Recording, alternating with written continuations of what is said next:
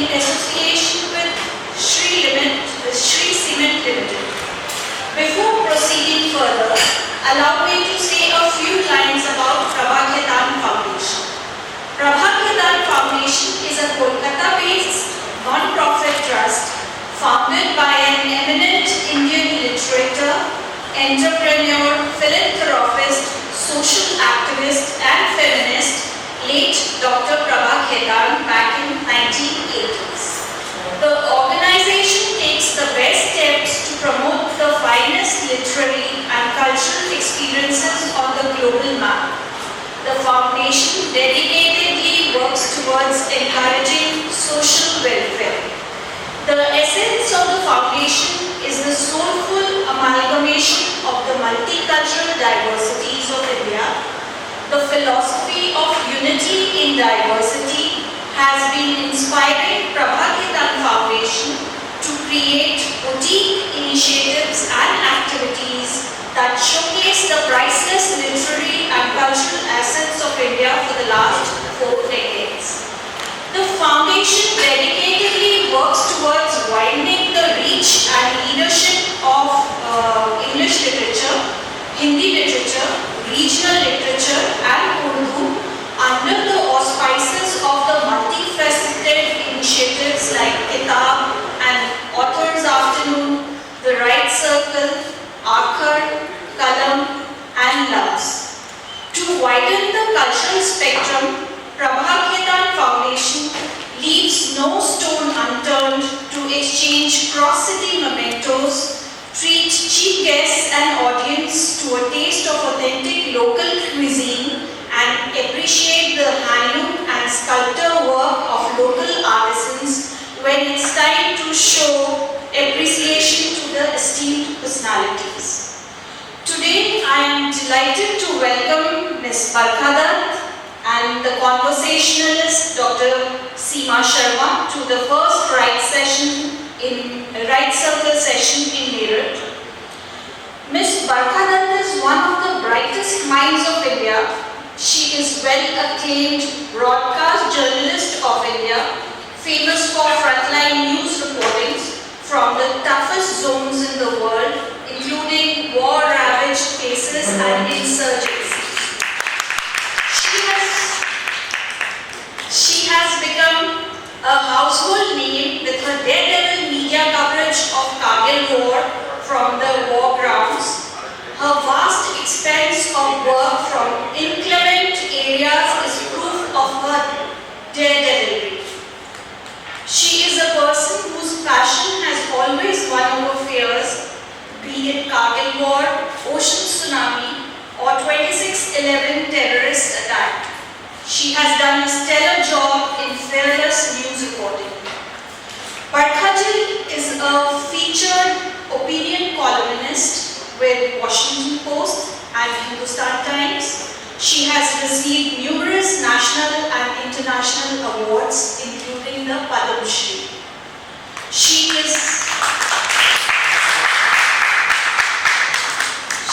is the founder editor of YouTube news channel Mojo Stories, an independent multimedia digital platform that covers media stories courageously, compassionately, and creatively. Her channel has been recognized twice as the best digital channel in India in 2021 and 2022.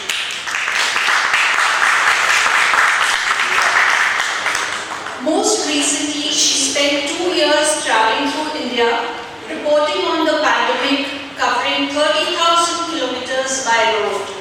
She chronicled COVID-19 migration crisis, the biggest exodus of migrant workers all over northern India, in North India, and her book is To Hell and Back, The Humans of COVID.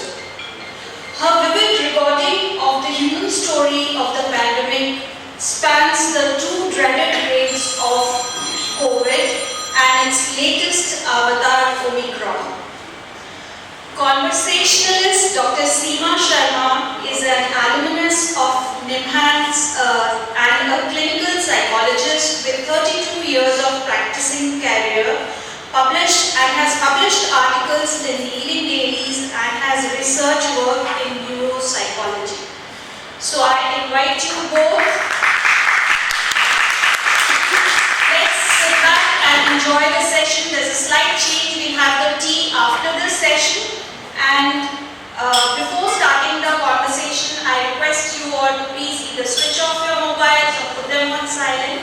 And let's all enjoy the session. Over to you.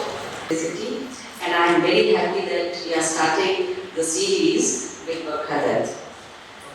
My personal favorite as a journalist, and I am an admirer for the sheer courage that she has brought into the vision that we have for things, the daily mundane activities, daily mundane things happening, and how we look at it.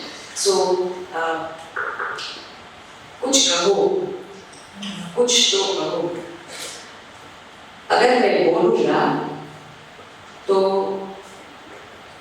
कुछ बदलेगा।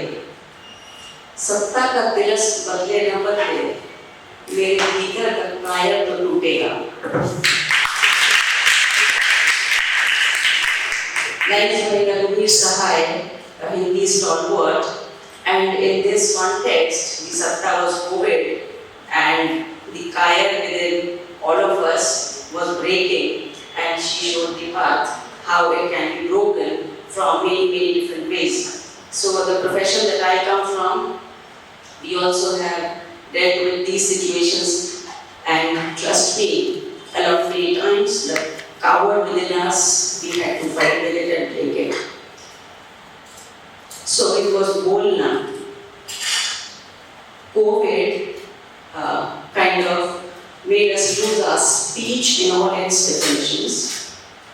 Then people spoke, the laborers spoke, we spoke, you spoke, everybody spoke in their own very different ways to decipher, to define, to understand, to kind of, extend hand of courage and conviction, compassion, love, etc. towards each other. These were all the languages, and compiling all of that language, writing all of it that was happening to people, said, unsaid, heard, not so heard, manifest, not so manifest, direct, not so direct, and sometimes incomprehensible. Putting all of that down while fighting the fire within is a job which is not simple,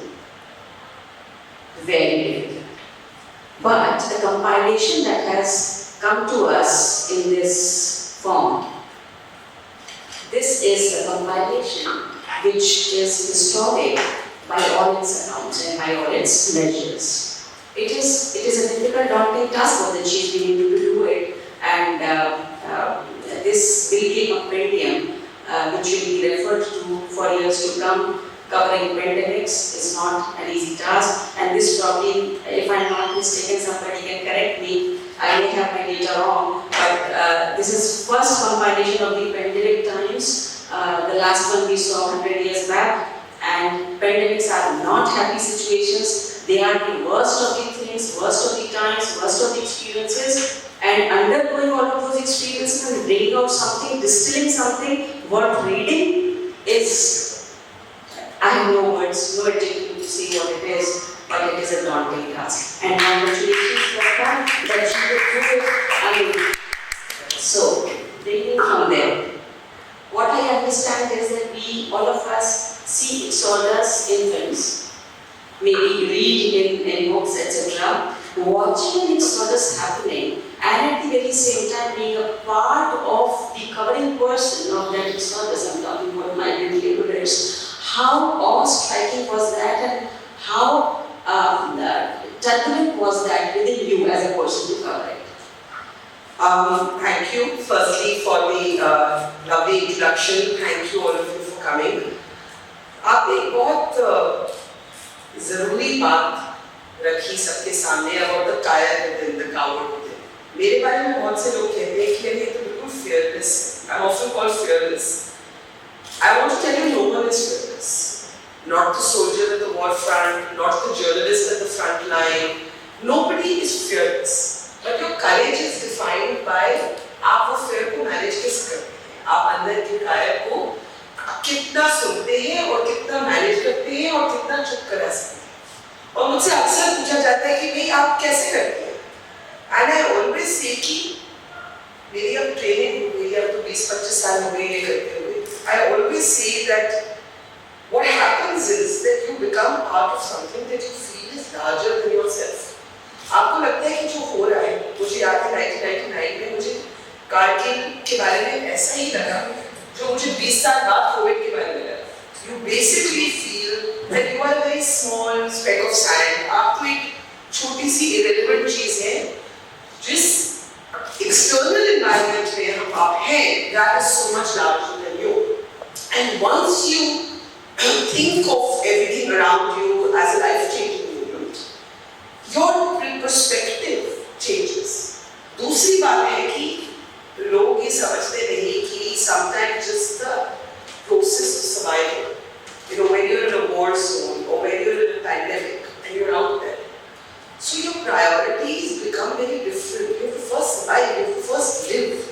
So there is a practical dimension. You have to learn to survive. Anybody here, half Fauji Shahar, just drove through the camp. Anyone who's in the forge knows this, that आपको पहले survive करना है, right? फिर अलग अजीब-अजीब चीजें होती हैं. I'll tell you, I will answer your question in a moment with one more sentence. I remember in Kargil when I gone to the war front in 1999, there were no phones. Mobile phones were blocked in Jammu and Kashmir. There was no live broadcasting. तब होती ही नहीं थी broadcast bands. So our biggest challenge, we have two challenges. How do you remain alive? We're on the national highway, there are bombs falling from Pakistan. आप जिंदा कैसे रहेंगे? उसके बाद आप जिंदा रहे तो आपकी जो footage है, in those days we were still shooting on tape. How will you get these tapes back to Delhi? हम चलते थे, मीलों चलते थे, and we would reach the pit stops where the choppers were taking off with the body bag of our soldiers. और हम हमसे कहते थे, sir, can you take our tapes?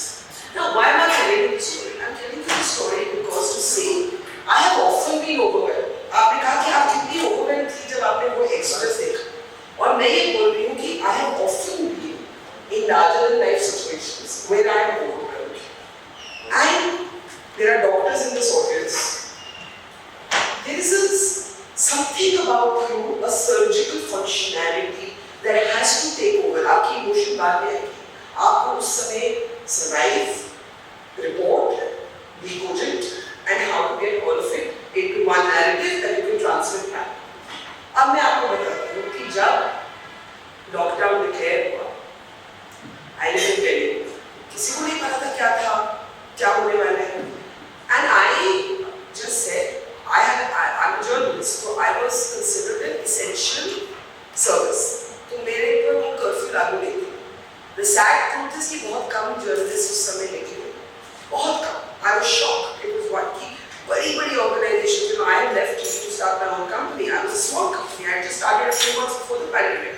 And मुझे हैरानी थी कि बड़ी challenges किसी ने लोग नहीं भेजे. आपकी जो पहले वेव की कोविड कवरेज है, वो आपके छोटे शहरों के पत्रकार, आपके हिंदी के अखबार और कुछ इंडिपेंडेंट डिजिटल प्लेटफॉर्म्स ने की. हालांकि मैं वापस आती हूँ जो आपने सवाल पूछा. So I went to the border of Delhi and Meerut, and I saw एक रोज से बिल्कुल men, बच्चे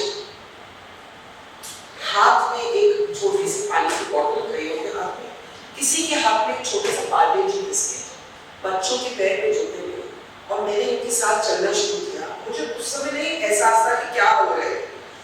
मेरा ही और कोई हम तो घर जाते हैं. मैंने कहा घर जाने तो कहाँ है आपका? तो कोई बोल रहा है गोरखपुर, कोई बोल रहा है आगरा, कोई बोल रहा है बरेली. मतलब it was someone was from Bihar. So I said, why are you doing this? Now there were two reasons. One was economic. काम ठप था, daily wage workers थे. The other was कि जो impulse आप में और मुझ में है, that when we think the world is ending, हम भूल गए आज की वो feeling क्या थी. But when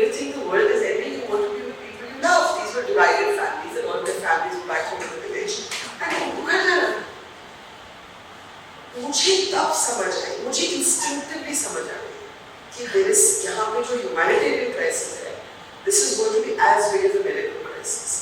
And that is how I decided that I can't cover this story studio में बैठ के. मैं स्टूडियो में बैठ के इसका सच, it is the same feeling I had in the cardiac ward कि आप कुछ चीजें ऐसी होती है ना कि आप घर बैठ के या अपने टेलीविजन स्टूडियो या अपने कैमरा के स्टूडियो अपनी एयर कंडीशन ऑफिस में इसको नहीं, अगर आप पत्रकार सच में हैं, if you're really a reporter, which is how I define myself, you have to go out. So was it overwhelming? It was very overwhelming. It caused a lot of guilt to be interested as someone who's trained to study the mind. मुझे बहुत अजीब लगता था कि मैं गाड़ी में थी और मैं गाड़ी से गुजर कर थोड़ी देर तक चलती थी उनके साथ, मैं उनसे बात करती थी और फिर मैं गाड़ी में बैठ के आगे चली जाती थी, वो पैदल जाते थे. मुझे I was haunted by it, मुझे रात को नींद नहीं आती थी.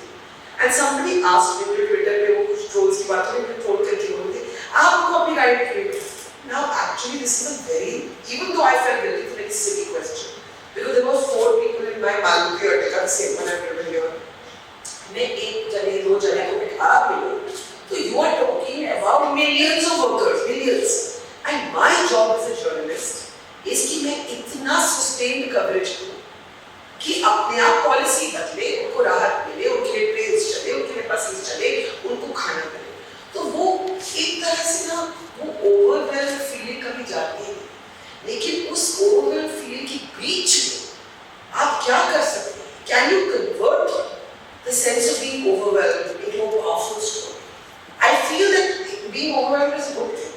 क्योंकि जब हम निकल जाते हैं तो हमारे में वो इंसेंटिव आता है कि हम जी जान लगा कर वो कहानी को कवर करें. If you're not moved, if I was not overwhelmed ना, जैसे अगर मेरे डिटैचमेंट होती तो वो मेरी रिपोर्टिंग में होती. किसी भी इंसानी जिंदगी में शायद वो आग जरूरी होती है जो या तो हालात भड़काते हैं और कभी तो अंदर रहते हैं हालात से बढ़ा देते हैं, और इसी तरह हम इस दुनिया को चलते हुए देख रहे हैं. अगर वो आग ना हो तो शायद हम में से कोई चले भी नहीं. और कोविड के दौरान में मेरा ऐसा मानना है कि Barkha must have experienced thousands of things and all of us have कि जहाँ पर आग थी वही लोग लड़ के निकल नहीं पाए. कई बार जब वो आग बुझ गई तो इंसान भी बुझ ही गया. तो हमने सिस्टम्स को भी बुझते हुए देखा, हमने लोगों को भी बुझते हुए देखा. ये हमारा भी एक्सपीरियंस है इनका भी और हम सबका भी अलग अलग तरह से रहा है. इसी से जुड़ता हुआ सवाल है गिल्ट पर. मेरा सवाल था आपसे कि 2 तरह की गिल्ट मुझे किताबें मिली.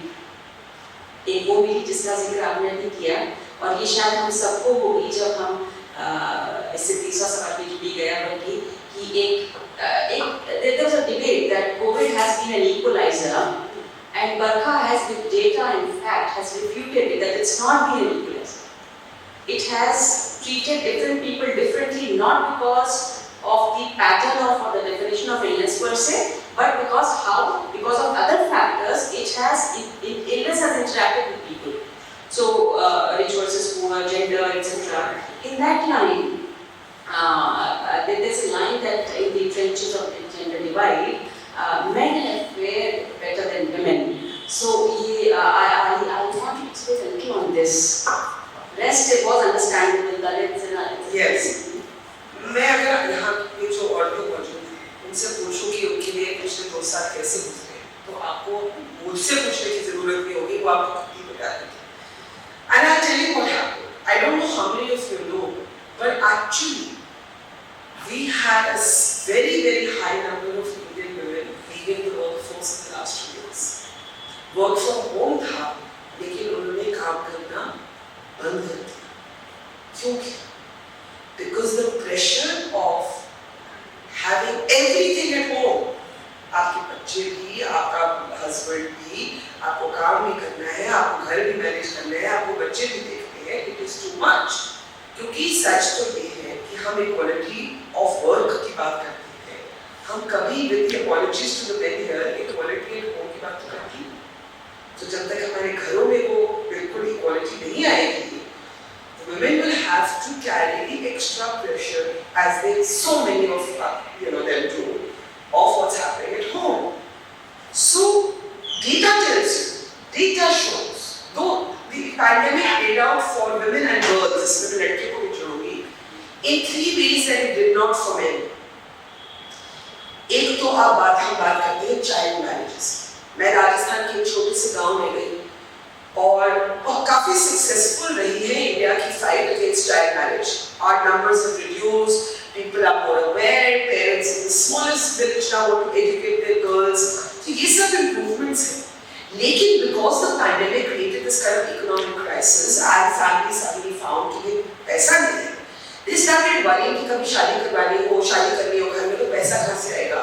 उनका mass marriages कर लेते हैं. लॉकडाउन के दौरान mass marriages कर लेते हैं, सस्ते में हो जाए. दूसरी बात क्या हो रही थी कि बिकॉज स्कूल्स बंद थे. अब स्कूल्स बंद थे तो अब गरीब आदमी के पास या तो इंटरनेट है नहीं, और है तो अगर एक डिवाइस है और लड़का है और लड़की है तो लड़का डिजिटल क्लासरूम अटेंड कर रहा है, लड़की नहीं कर रही. तो लड़कियों को बार बार पूछा जाता था आप कर क्या रही हैं, शादी कर लीजिए. The village I went to, it was a story of hope. और मैं आप सबसे कहना चाहती हूँ कि किताब में बहुत कुछ डिस्टर्बिंग भी है लेकिन बहुत कुछ होपफुल भी है. हाँ यार, I mean it's a monic और सपना की कहानी है. मैं थोड़ा आपका क्वेश्चन आगे बढ़ा. उनकी क्या, उन्होंने कहा कि नहीं, उनकी एक दो बहनें थी 15 और 17 साल की, उनसे जबरदस्ती उनकी शादी करवाई जा रही थी. तो उन्होंने बहुत लड़ाई करके रोक दिया. तो जब उनकी फैमिलीज ने उनको कहा करती क्या है अगर आप उसको ले जाते, तो इन लड़कियों ने एक फुटबॉल टीम शुरू.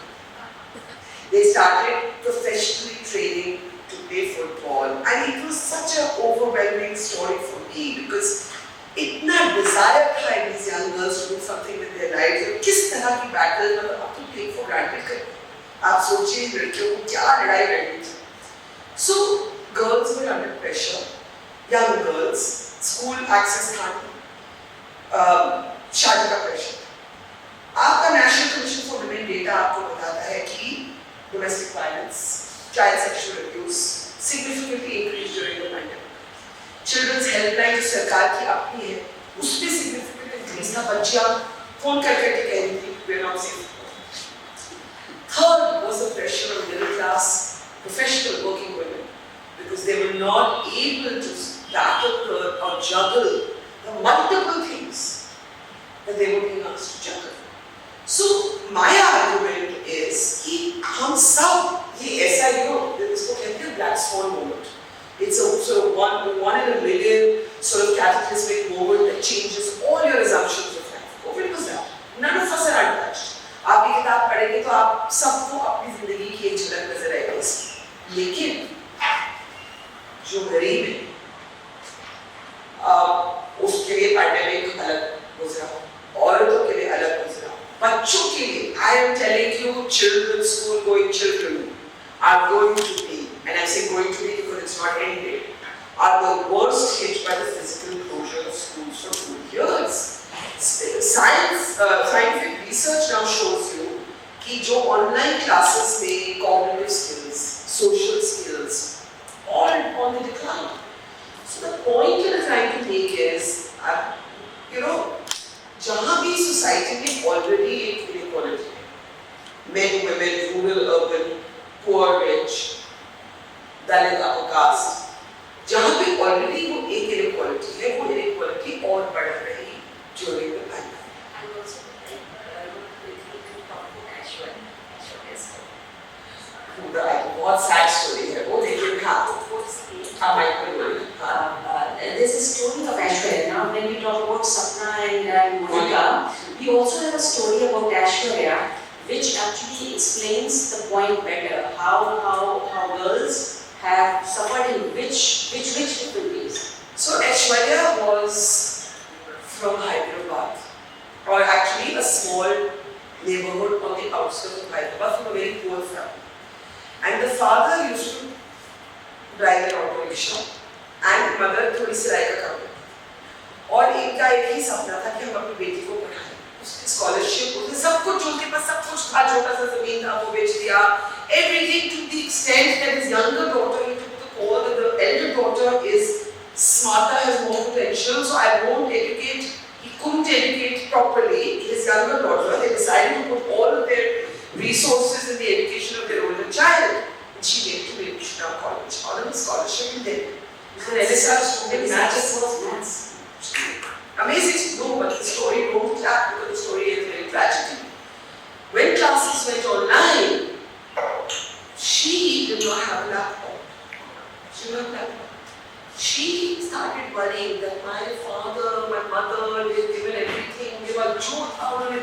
किया, she went home because physical shutdown.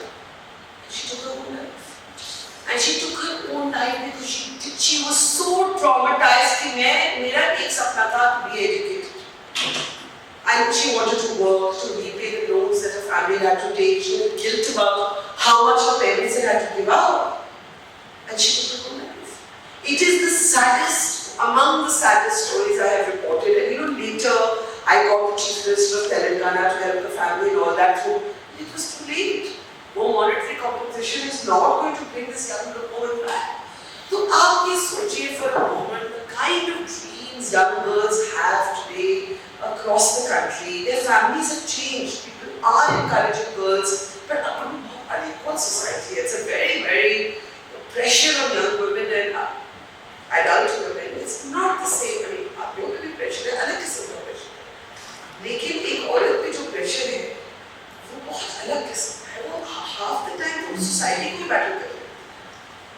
बाकी battle तो बाद में.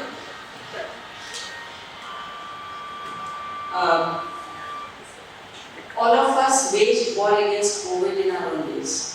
Some wars were at a different level, and these people ran against time to provide the tortured human souls some relief in terms of vaccines. Barkha would like to talk to us about Adar Poonawala's journey. मेरी किताब में एक पूरा chapter आधार पूनावाला है. Because I don't know if you all know the figures, but basically 90% of India has been vaccinated by Covishield. I don't know यहाँ पर आप लोगों को कौन सी वैक्सीन ज़्यादातर लगी, कोवैक्सीन की कोविशील्ड most. तो उम्मीद तो बहुत थी कि made in India. So let me just explain to you the difference between made in India and manufactured in India. Covaxin was being developed in India. Covishield was being manufactured in India. उसका जो original sort of chemical component था वो Oxford University AstraZeneca ने बनाया. आदर पूनावाला ने said कि मैं Serum Institute में ये वैक्सीन बनाऊंगा. Serum Institute provides more than 60% of the vaccines that are made in the world to the world. So they have a long history of manufacturing. पर अगर आप पढ़ेंगे इस दौरान in these 2 years the kind of risks people have taken. So Adar Poonawala told me that he told his father that I would like to make this vaccine. His father told him, don't do it, you're crazy. We don't know anything about this. The vaccine चलेगी या नहीं चलेगी, क्या होगा? तो he said no, we have to do this. तो उनको बोला गया कि उनके father ने उनको बोला कि आपके पास $200 million है. हम इससे ज़्यादा कंपनी का पैसा नहीं लगा सकते. आपको इसमें जो करना है कर लीजिए.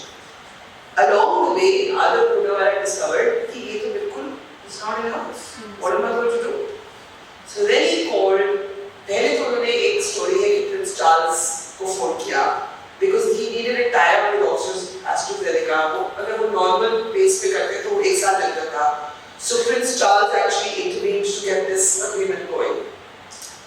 Then he ran out of money. He sold a manufacturing plant that he had bought to make polio vaccines. उन्होंने वो बेचा. उससे थोड़े पैसे. Still not enough. What do I do? He said, I didn't know what to do. I had taken this risk. My father was not in favor of my doing it, but I had given the country my word, and now I was going to, embarrass myself and ruin the reputation of my company.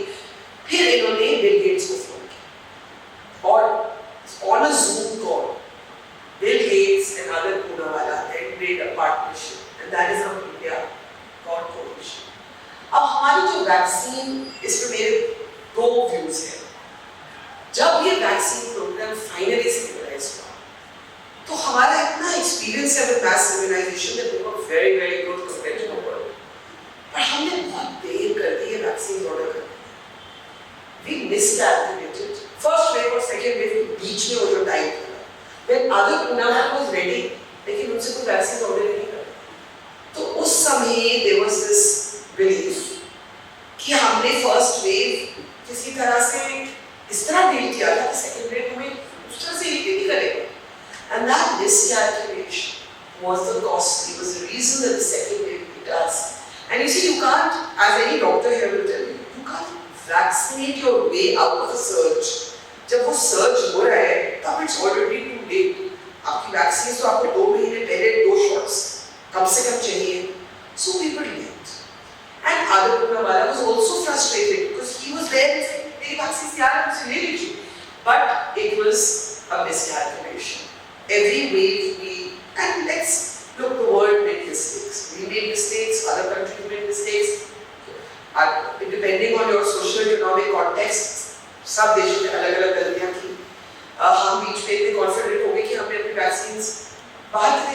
शुरू कर दिया। I remember, बाकी सब तो छोड़, मैं अपनी गलती बताती हूँ। मैंने ट्वीट किया कि I am so proud as an Indian to see these vaccines going to the neighboring countries between the first and the second wave. I didn't know, and I spent my whole first year covering COVID. I didn't know that the second wave would be lethal in the way that it was. I really, as an Indian, when I saw the Air Force planes taking off, I said, wow, this is great. We're being generous. This is what we should be. I didn't know that we hadn't purchased vaccines for our own people. So, Adarsh Poonawala's story is an extraordinary story, and I feel that he's very rich, look, he's a very wealthy man. लेकिन एक तरह से जो देश की तरफ से उनको एक acknowledgement मिलनी चाहिए थी ना for risks ये तो. How many businessmen will really, जिसको कहते हैं ना अंग्रेजी में कहते हैं bet the farm, कि आपके पास literally जो कुछ है ना आप वो इस level का risk ले लें कि it can ruin you. I think he took that level of risk and really did an extraordinary job. For this very reason, I wanted all of us to hear Adarsh Poonawala, क्योंकि ये एक ऐसी बात है जिस जज्बे को सलाम होना चाहिए, लेकिन वो पर्दे के पीछे रहते हैं, कहानियों के पीछे रहते हैं, हमें पता नहीं चलता है। इसी से जुड़ी हुई बात है करीब कि बिकॉज कोविड ने इतने दरवाजे खोले हैं समझ के, इतनी तरह से जिंदगी में हमको तपाया है या चपक लगाई है, और वो हर चपक जो है वो सिखाने वाली बात है। Barkha, Shalu's story, Shalu Pitalia's story. ऐसा शायद नहीं हुआ है, if I'm not mistaken, High Court में petition लगी by the name of 2 children, 11 and 6 years of age for justice. ये भी एक कहानी है समझने जैसी और कुछ गुनने जैसी, सुनने और गुनने जैसी। Firstly, thank you, आपने किताब को बहुत करीब से पढ़ा है। दूसरा, आप देखेंगे कि जो भी रेफरेंस आ रहे हैं सबका एक नाम है, सबकी एक अलग कहानी है, इसलिए इस किताब का नाम ह्यूमन्स ऑफ कोविड है। मेरा एक मकसद था कि कोई आंकड़ा बन के ना रह जाए, कोई स्टैटिस्टिक बन के ना रह जाए। People are not numbers, people are people. Everybody has an individual story. आप में शालू पे आती है। आप में से सबको याद होगा कि सेकेंड वेव में सबसे बड़ी कमी, 2 कमियां थी। एक हॉस्पिटल बेड की, लेकिन उससे बड़ी ऑक्सीजन की। मैंने अपनी जिंदगी में कभी नहीं देखा जो मैंने देखा कि गुरुद्वारों में जहाँ पर कड़ा प्रसाद बांटा जाता था लंगर पर, वहाँ पर ऑक्सीजन के लंगर लगे थे और ऑक्सीजन के सिलेंडर्स बड़े-बड़े सड़कों पे लगे हुए थे, और वहाँ चाहे आप अमीर हो चाहे गरीब हो, अगर आपको ऑक्सीजन कहीं नहीं मिल रहा था, आप गाड़ी में आते थे या साइकिल रिक्शा में आते थे, 25 मिनट आपको मास्क लगाया जाता था एंड आपको कुछ घंटे की एक तरह के मोहलत मिल गई कि नहीं, टुडे इज पास अप और oxygen from somewhere. It was harrowing and people really came together for other people. Social media was used, strangers help strangers. लेकिन अब आप उन लोगों का सोचिए जो ऑलरेडी हॉस्पिटल में, उनको बेड भी मिल गए, वो आईसीयू में और ऑक्सीजन का. Right? Now this happened in multiple hospitals. यहाँ तक कि मुझे याद है एक हॉस्पिटल था दिल्ली में, अम्बेडकर हॉस्पिटल, और वहाँ पर फैमिली से कहा जा रहा था कि आप कागज साइन करिए कि अगर डेथ होती है due to shortage of oxygen, hospital is not liable. और मैंने उसको बोला था कि मॉडर्न डे डेथ वारंट, आप क्या करा रहे हैं लोगों से साइन, ये डेथ, लेकिन हॉस्पिटल की भी गलती नहीं है. It's such a complicated situation, right? Because the hospital doesn't have oxygen. What can it do? So, but now think of mass deaths in ICUs that are taking place because what was the relevance of oxygen? Oxygen at a certain high flow, it was the only thing that was helping serious COVID patients. That supply stopping would mean that support to your respiratory system was ending and you would die. The very seed. So it was hitting ICU patients the most. And Shalu ki kahani ye hai that there was a hospital in Delhi called Jaipur Gold Hospital. This is a hospital की कहानी नहीं है. I used it as an illustrative example. This happened in many other hospitals. वहाँ पर 25 deaths हुए in one single night. To be fair, the hospital को SOS messages भेज रहा था before it happened. That please, our supply is running out. We have supplied for only these many hours. They could not get oxygen supply in time. Entire ICU was wiped out. जितने ICU. So Shalu, इन्होंने क्या किया? इन्होंने एक support group बनाया and they approached. So that's how I got to know a lot of these facts. Shalu was a young woman whose husband died because the oxygen ran out. वो छोटे-छोटे बच्चे. सबसे पहले तो she lost her source of income. And look at the battles that people are fighting. You lost your husband. He was the only earning member. And बच्चों की school fees देने के लिए पैसे नहीं थे. स्कूल फीस के पैसे I gave them the first place. इलाज का भी लोन लिया. इलाज कराने के लिए most of these families had taken a loan. उन्होंने 20 लाख का लोन लिया था शादी के केस में. जमीन बेची. कईयों ने छोटा सोना, शादी के टाइप सोना, बैंगल, जैसे हम फिल्मों में देखते हैं ना, all this people had sold everything they had, thinking that in a private hospital we will get the treatment that that would save our lives. And these families told us, यार हम बता देते, हम कहीं ना कहीं से बंदोबस्त करते. It's very difficult because the whole chain was broken. It's very difficult to say at what level the responsibility should be paid. पर अब ये हुआ कि किसी ने माना नहीं ऑफिशियल बुक्स में कि ऑक्सीजन की वजह से डेथ हुई. वो हर जगह लिखा कार्डियक अरेस्ट. हमारी सरकार ने पार्लियामेंट में बोल दिया कि किसी स्टेट ने कोई ऑक्सीजन शॉर्टेज रेस्ट रिकॉर्ड ही नहीं किया. You were dependent on different states to send data. अब शालू को कह रहे हैं कि 2 छोटे बच्चे पिटिशनर्स बन गए. उन्होंने दिल्ली हाई कोर्ट में केस फाइल किया है that at least acknowledge how these families died. And obviously, I guess owners of hospitals don't want the legal liability, तो वो मान नहीं रहे. इसके बीच में crush our doctors. मुझे याद है मुझे एक डॉक्टर ने बोला कि मुझे ऐसा लगता है कि मुझे एक न्यूक्लियर वॉर में भेजा गया एक लड़की के साथ. I was sent to fight nuclear war with a stick. अब और तो सोचिए बर्खा हॉस्पिटल में एक डॉक्टर की भी डेथ हुई ऐसे. Because the same reason the doctor worked at that hospital. So it was a systemic shock. And down the line, we get tragedy.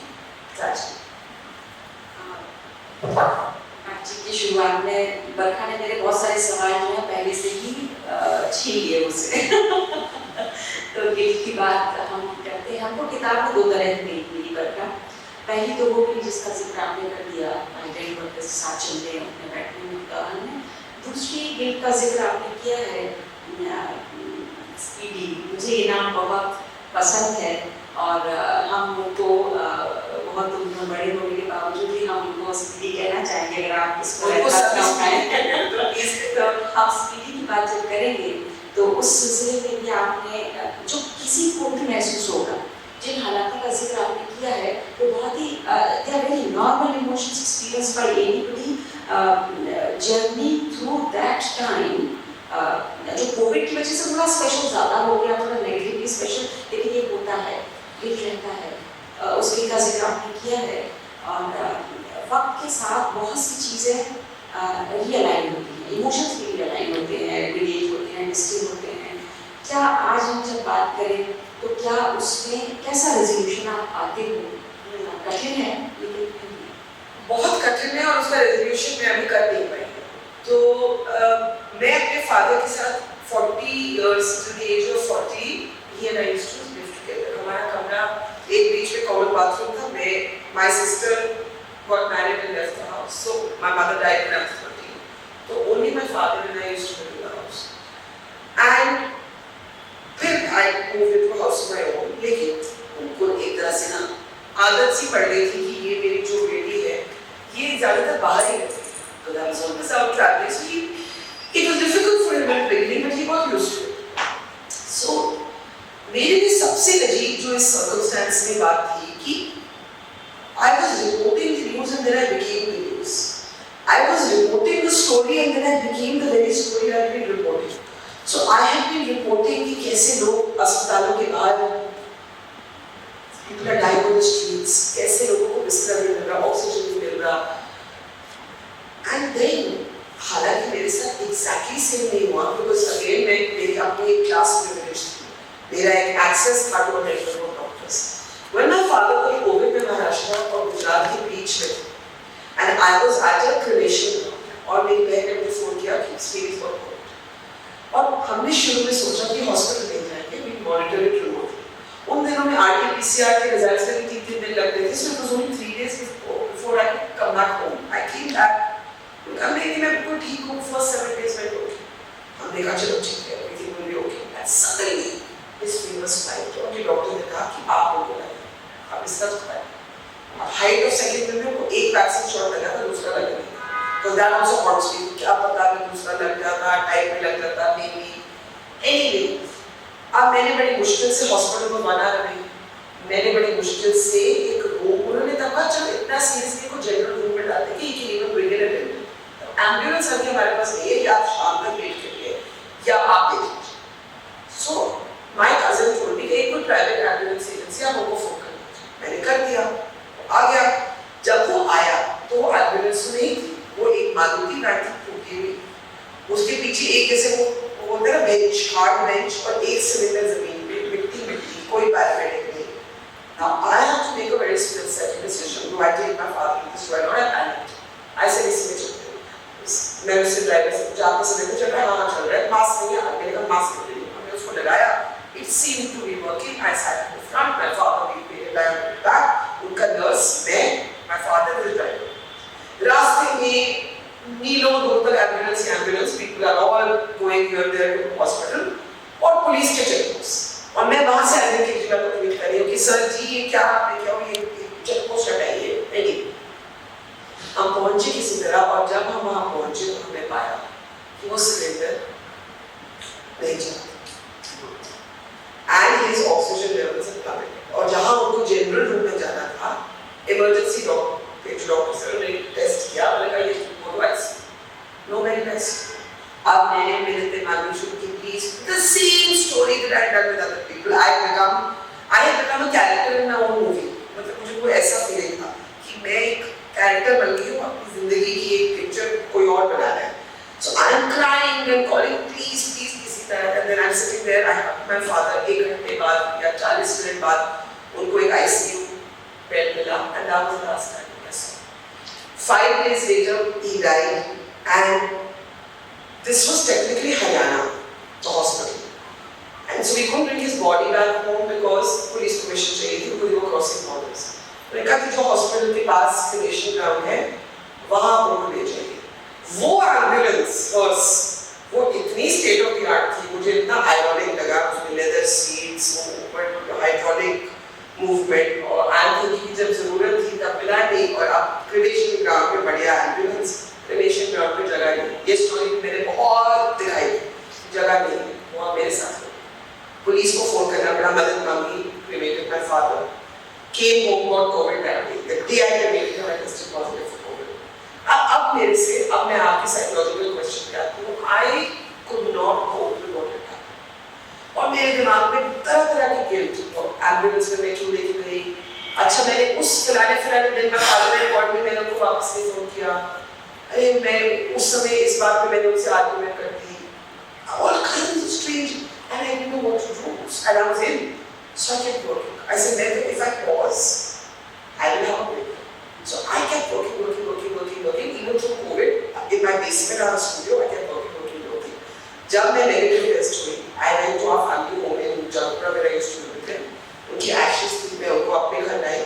मैंने गुलाब का bush लिया, मैंने उसमें उसको मिलाया, मैंने कहा अब मेरे से I can't confront this. मैं फिर अपनी गाड़ी में बैठ के निकल गई। I just kept traveling because I didn't want to confront what had happened. अब 1 साल 3 महीने हो गए इस बार, 4 महीने हो गए इस बार। He died in end of last year. मैं अभी तक, he and I used to live on the first floor of our house, और नीचे ड्राइंग रूम तक ऊपर कमरे थे। मैं अभी तक वो सीढ़ियाँ चढ़ के ऊपर गई, मुझे होता है। So you know when people say fearless, सबकी अपनी एक vulnerability है, सबकी अपनी एक corner होता है जहाँ वो हिम्मत नहीं होती। And in my case, my breakdown came when I was writing this. I went to London. I got a scholarship to Oxford University. I went and started writing a book there.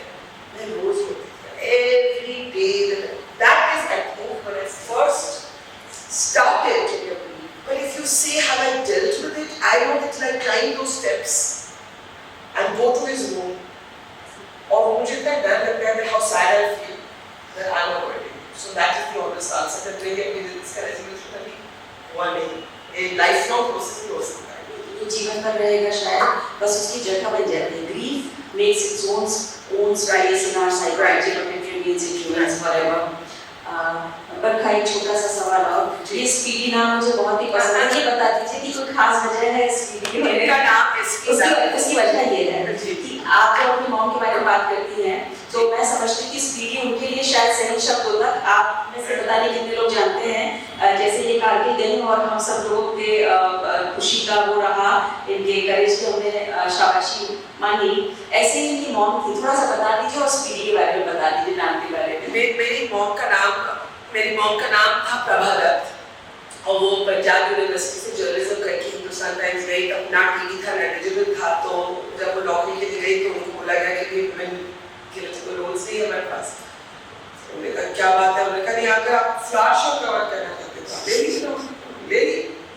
नौकरी लेके she started obviously covering doing investigations, hard stories, और वो बन गई है head of bureau. She became the head of the bureau of the Hindustan Times for being told that there are no jobs available for women.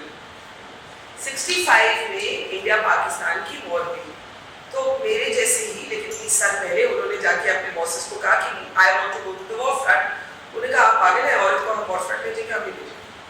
उन्होंने कहा अच्छा ठीक है, तो अगर आप मुझे नहीं जाने देंगे तो आप मुझे छुट्टी दे दीजिए, कुछ दिन ऑफ है, कुछ दिन छुट्टी दे दीजिए, क्योंकि अगर आप मुझे जो सबसे बड़ा देश में चीज हो रही है उसको आप कवर नहीं करने दे रहे, तो आप मुझे छुट्टी दे दीजिए. उन्होंने छुट्टी दे दी तो वो अकेली चली गई. उनकी कजन थी आर्मी में, वो चली गई वॉर फ्रंट. साड़ी में उनकी फोटोज है वॉर फ्रंट में साड़ी पहन के. साड़ी कैसे पहने मुझे पता नहीं, मेरे से तो 2 शर्ट और जीन्स में उसी में थी. वो साड़ी पहन के वॉर फ्रंट पहुंच गई और उन्होंने डिस्पैचेस लिखने शुरू कर दिए. पब्लिश किया. She was India's first woman war correspondent. लेकिन जब मैं 13 साल की थी, but already quite shaped by these stories, influenced by them, she died from brain hemorrhage. My father raised his 2 daughters as a single parent. उनका नाम speedy काफी reasons की वजह से था. उनका नाम एक्चुअली सत्य प्रकाश था, SPD. तो SPD became Speedy, और then his name that everybody only called him SPEEDY.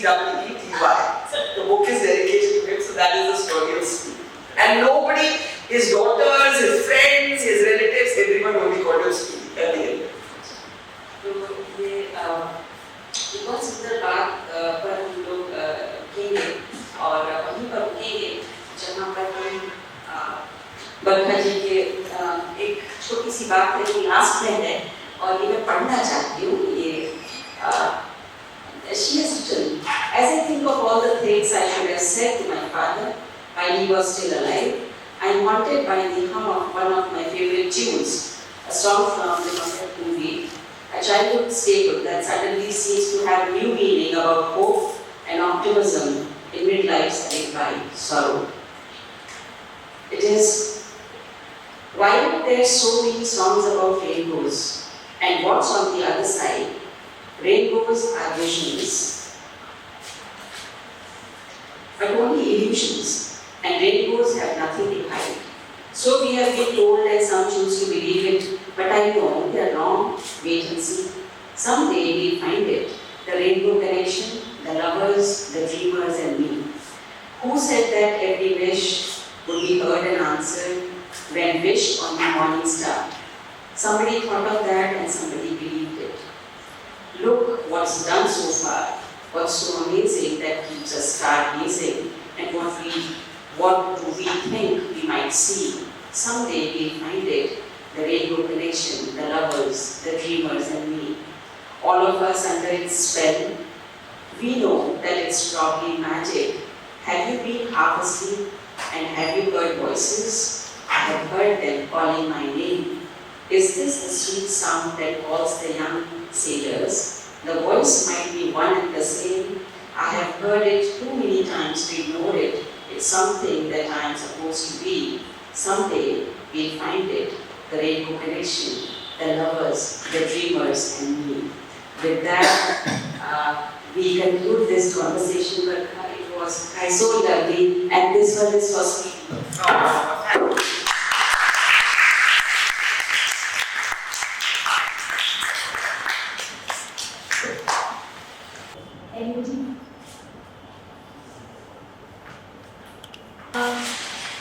BBC did one of the widest coverages in that sense of India. Throughout India, and we saw the effects of COVID throughout India. I was wondering to what extent do you think it was the government that failed, the central government that is. You talked about the Delhi police, and I do believe to some extent the Delhi police was coming under the central government, and the lack of oxygen, the way that the government spoke about the lack of oxygen. In UP specifically, I got COVID during the second wave, and there was news, there was a lot of talk about it, that if you spoke about the lack of oxygen, then you would be in trouble with the government. So you couldn't really say it out loud. You couldn't ask people, you couldn't tell people that this is what's happening to me. So, I didn't really get affected by the lack of oxygen, but there was this constant fear that if I were to talk about it, if I were to ask for it, I would be in trouble. इसकी जो hero होता है, वो villain भी होता है almost simultaneously. अब police की आप बात करें, police was a frontline responder. Police people were risking their lives when nobody else was out, and many of them got COVID. I remember going to Patiala to do a story on a policeman whose hand was cut off when he was trying to impose a lockdown. So I don't see the police as the big villain of the piece. I just want to clarify that. But yes, the police in the first wave, मैंने एक book में लिखा है, was weaponized against poor people. What I mean by that is कि lockdown जो था ना, it was meant to be a move to keep people safe. It was not meant to be a police imposed curfew. When it became a police imposed curfew, अब हमारी class के लोग को police, हमें कोई पुलिस वाला मिलता है सड़क पर देखे ना आती होती, लेकिन जो गरीब आदमी घर जा रहा था पैदल, उसको पुलिस पकड़ के मार रही है कि आप वापस जाइए. I will tell you one of the most iconic stories that I do is about what is his name? Manoj. अब मनोज इलेक्ट्रिक रिक्शा चलाता था. लॉकडाउन हो गया, पैसे नहीं थे, देखा मेरे बच्चों के लिए सब्जी लेनी है. So he walked to the Mandi instead of to the retail market, मुझे सस्ते में मिल जाएगी. लॉकडाउन था, पुलिस को पकड़ के पीट दिया, अपनी ही वैन में हॉस्पिटल के बाहर छोड़ दिया. I met him there. That hospital had become all COVID. He is sitting. This is how truth is so much more dramatic than fiction. He is sitting on the road against the Delhi police yellow barricade, leaning and crying. I find him there. Fracture, उसका पैर टूटा हुआ, हाथ टूटा हुआ. I'm like, what are you doing here? He said, मुझे पीट दिया, ये हुआ मेरे साथ. So the police was both vulnerable and brave and weaponized against the poor. Now, did the government make mistakes? Of course the government made mistakes. For me, the biggest mistake the government made was to not have purchased those vaccines, right? However, we are not the only government in the world that made mistakes. It was an unprecedented sort of time. The world made mistakes. Look at the Americans. Let me give you an example. I wrote a piece in the Washington Post saying it is immoral for the Americans to be sitting on the surplus of vaccines because they have such a strong and crazy anti-vaccine movement कि वो vaccines पे बैठे हुए हैं. People are not using those vaccines. Those vaccines are being waste. Think of how criminal it is to waste vaccines when most of the world had not at that point even had access to vaccines. So I guess the point I'm trying to make is that it is our duty to ask the right questions of our government when they make mistakes, and we must ask those questions. Equally, we must realize that we were in an unprecedented global situation, and countries across the world were making mistakes. So for me, I am willing to forgive many mistakes. मेरी जो सबसे ज़्यादा disagreement है ना government के साथ on COVID कि जो dead है ना, आप उनकी गिनती क्यों? I have a big issue with that. अब वो इतना politicize हो गया conversation कि उसके बारे में बात हम some of us try. I just want to say कि चलिए आपको लगता है World Health Organization ने झूठ बोला, जिसने कहा कि भाई millions more died. हम अपना census कर लेते हैं, let us show the world that we are willing to be transparent. At least the dead are owed to be counted. What did we all go through this struggle for? Come se come. We should learn. I have two big quarrels, that and that we made a very costly mistake in delaying the order of vaccines. Once the vaccine program took off, it was a super success.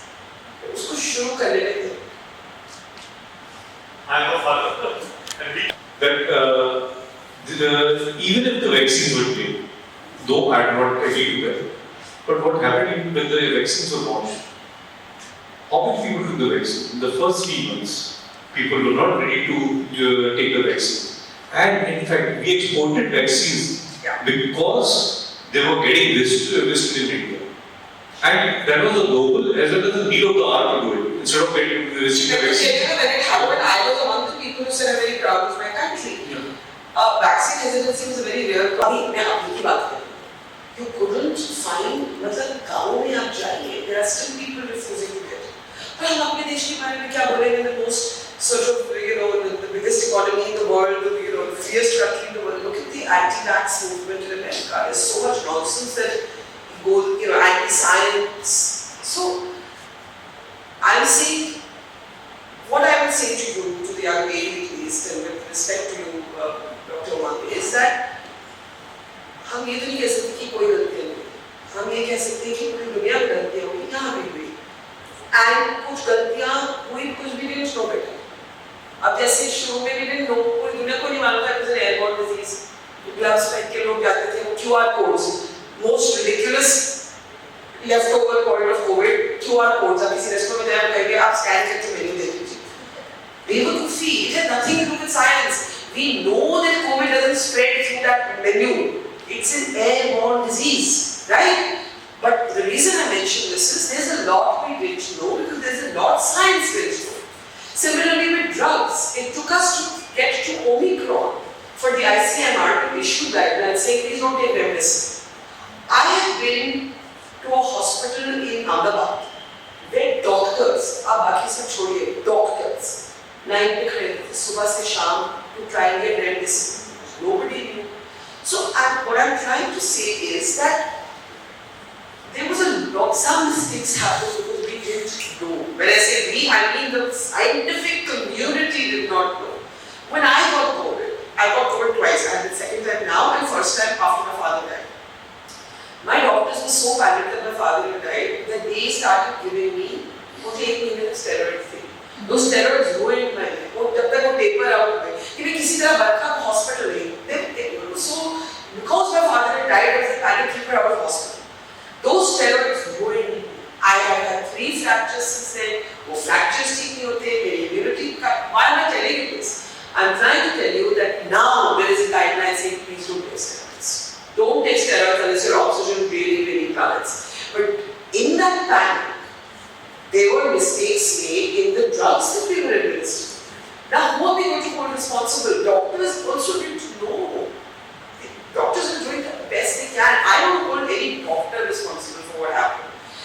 I just believe the one mistake, which I know Dr. Umang doesn't agree with, is that the vaccines should have been ordered earlier. And I believe एक और गलती अगर मैं बोलूँ कि कभी state जहाँ state को प्रेजेंट नहीं होना चाहिए था उस स्टेट में ऐसे state I mean agencies of the state वो बेवजह वहाँ प्रेजेंट है और जहाँ स्टेट को प्रेजेंट होना चाहिए वहाँ वो स्टेट प्रेजेंट नहीं है. So I remember my chief minister of Arvind Kejriwal, so I was always meeting him and after telling कि हॉस्पिटल्स के बाहर जब कोई गरीब आदमी आता है और उसके पास उसको बोला जाता है गार्ड बोलते हैं उसको कि हम इस तरह नहीं, right? I say you must have representation, political or bureaucratic representation outside the hospitals to tell people कि यहाँ नहीं तो अब आप यहाँ जाइए. How can you have no representation? So there I found I wanted more state.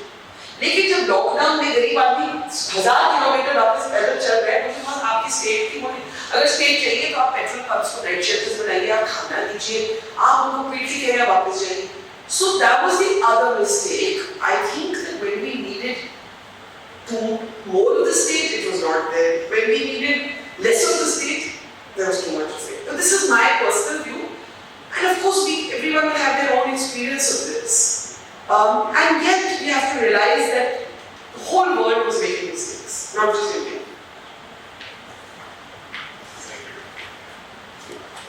करना चाह रहा था.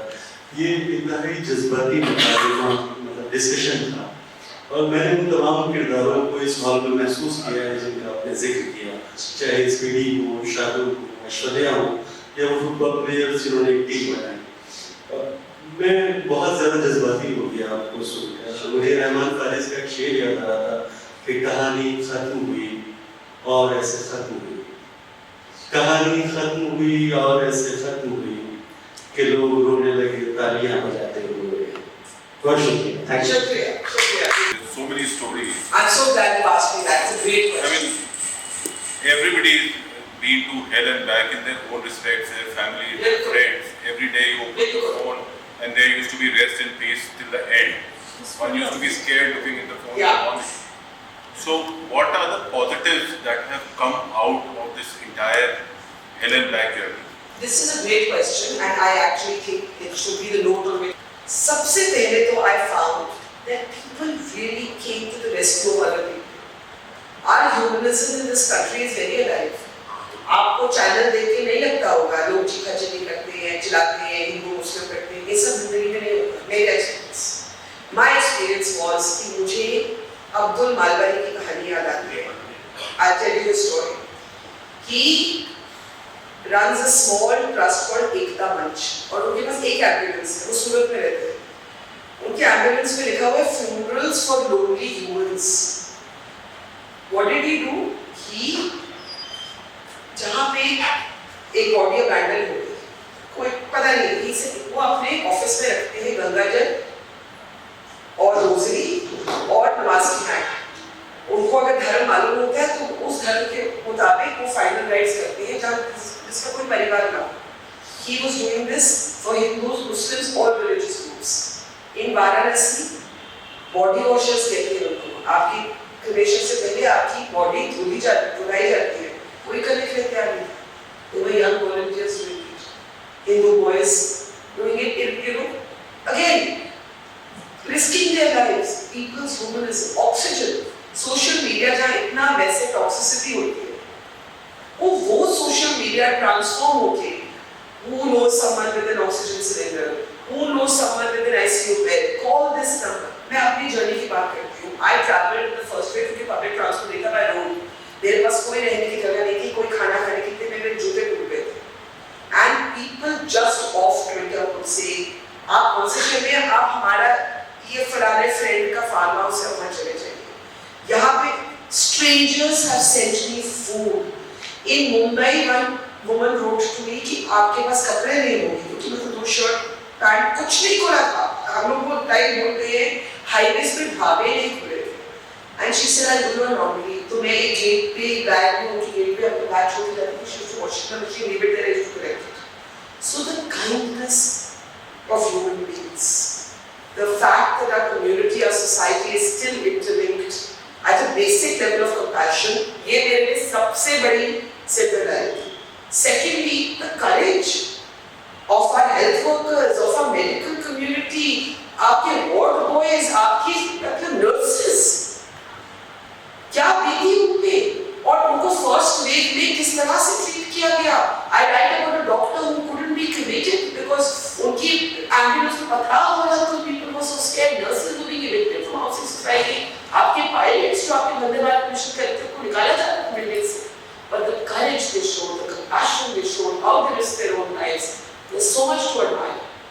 And third silver lining, health is a mainstream issue. कब आपको याद है कि पब्लिक हेल्थ पे इतनी बातें होती थी? People have been trying, activists have been trying for years कि आप हेल्थ को एक mainstream issue बनाएं। कौन किसकी किस नेता की अब हिम्मत होगी कि आप इस इशू को mainstream issue नहीं, एक side issue के level पे treat करें? These are all good things.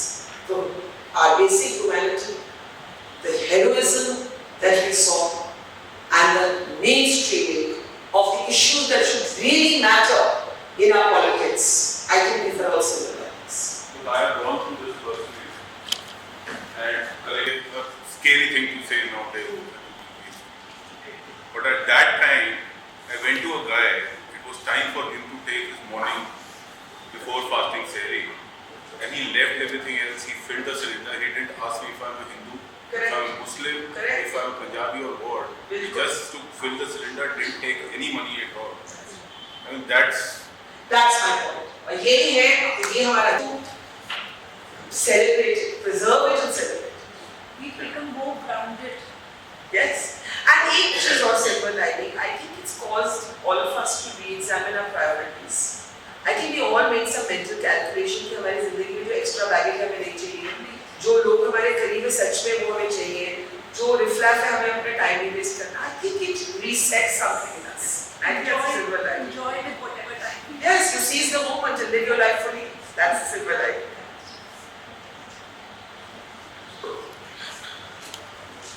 That circle session in Meerut. Barkha ji, it was an absolute delight to hear about your experiences as a frontline journalist, listening to your conversation about your life, about your career, about your work. It was indeed memorable. Kudos for you documenting the human story of pandemic on road in your book, Humans of COVID. It deserves a big round of applause.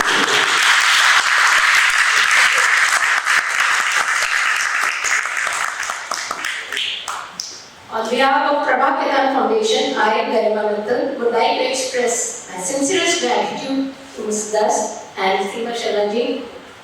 I take this opportunity to express my gratitude to our patron, Sri Suman Limited, and the amazing literary enthusiasts of Meerut. I request Dr. Umang Mittal to felicitate Barkha ji with the Pandal shawl.